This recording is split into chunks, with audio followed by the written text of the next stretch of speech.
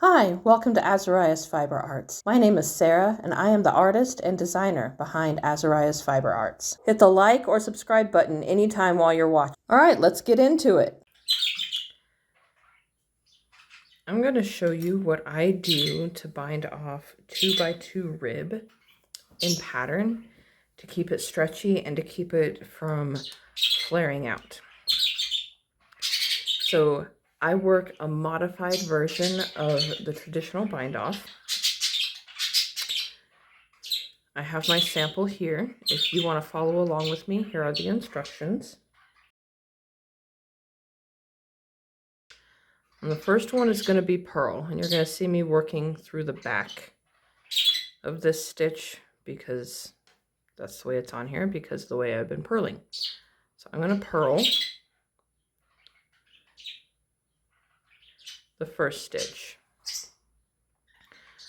Now to move my yarn back to the back, because I'm going to knit the next stitch, I'm going to drop my yarn, going to take it under my needle this direction, and I'm going to knit the next stitch.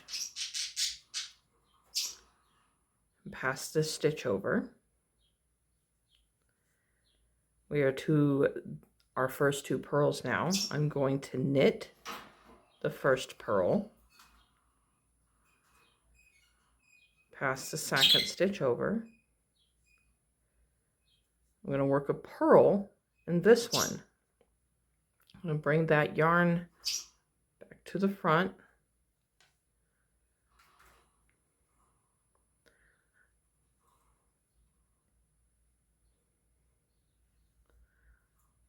Purl, pass the stitch over.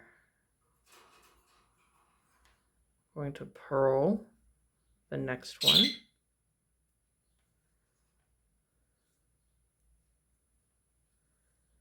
Pass the stitch over.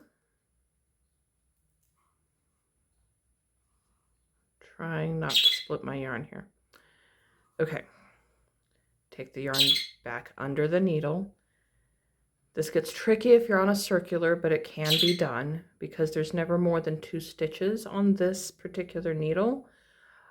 Using just the needle part of an interchangeable needle is acceptable. Also using a DPN is acceptable. I'm going to knit the next stitch.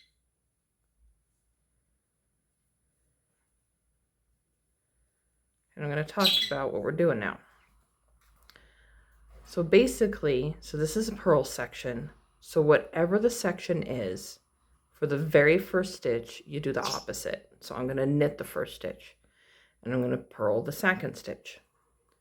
The next section's a knit section, so I'm going to purl the first stitch and knit the second stitch, which is why I start with 1 purl, and then I do 2 knits, 2 purls, 2 knits.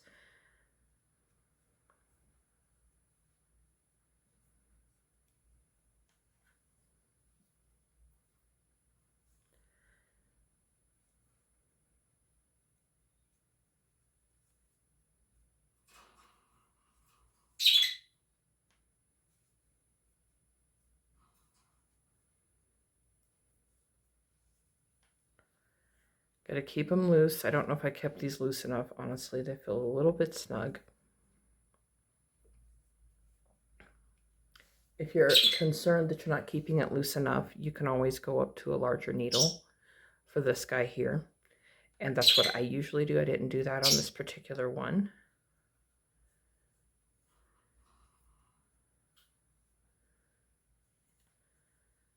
Back under to do that final purl stitch.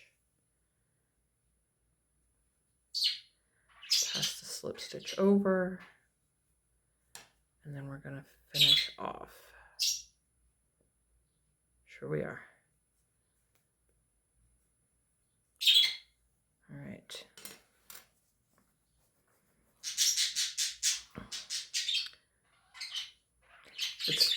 This is the bind off. This is the cast on. The cast on goes back together nicely. The bind off doesn't go back together as far. If I had used a larger needle, that would have helped. Right, this sleeve here was worked with that same bind off I just showed you, and you can see how nice it lays. It doesn't have a ton of spring back into it. Part of that is the way that I've blocked it. Let me get a piece here. Okay, the black was bound off, the purple was cast on. Different cast on than this. This is the backwards loop cast on. This is the cable cast on. And this piece has been blocked, so it makes a difference in how the ribbing lays. You can see the ribbing's already quite open. And this one is too.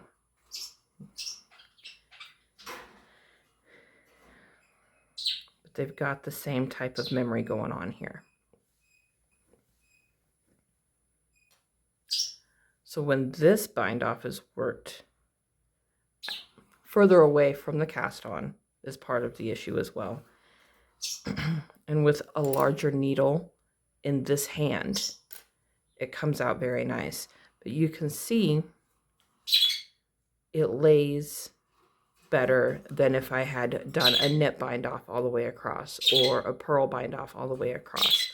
Because I was matching the stitches that I was on and going into, it lays better and looks nicer. And you can see that in this finished edge as well. It continues the knits and the purls much nicer than just doing a knit bind off. All right, that's how I bind off 2x2 rib, but it will work for most rib situations. 1x1's obviously going to be a little different. You're going to alternate knit, purl, knit, purl. If you see a knit, you're going to purl, and if you see a purl, you're going to knit. If this tutorial was helpful for you, please hit the like button. Be sure and subscribe so you don't miss anything. Thank you for watching. If you have more questions, you're welcome to leave a comment below or email me, Sarah@azariasfiberarts.com. Happy making!